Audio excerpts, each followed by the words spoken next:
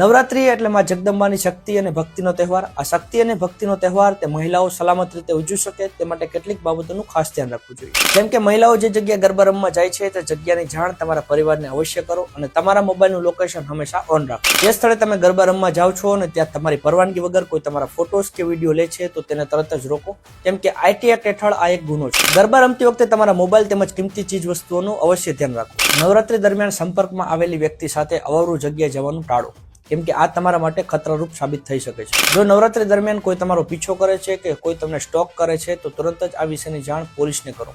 જો આપ કેબ કે રિક્ષા દ્વારા મુસાફરી કરો છો તો તે વ્હીકલનો નંબર અવશ્ય આપના પરિવારને મોકલો. જો આપ એકલા છો અને આપની પાસે વ્હીકલ નથી અથવા આપનું વ્હીકલ તે રસ્તામાં બગડી જાય છે તો કોઈ અજાણી વ્યક્તિ પાસેથી મદદ લેવાનું ટાળો. તુરંત જ 112 નંબર પર કોલ કરો અને પોલીસ આપને સુરક્ષિત રીતે ઘરે પણ પહોંચાડશે. નવરાત્રીનો આ તહેવાર આપ સલામત રીતે ઉજવી શકો તે માટે ગુજરાત પોલીસ હંમેશા તત્પર છે. આપની સુરક્ષા અમારી જવાબદારી. જય હિન્દ, જય ભારત.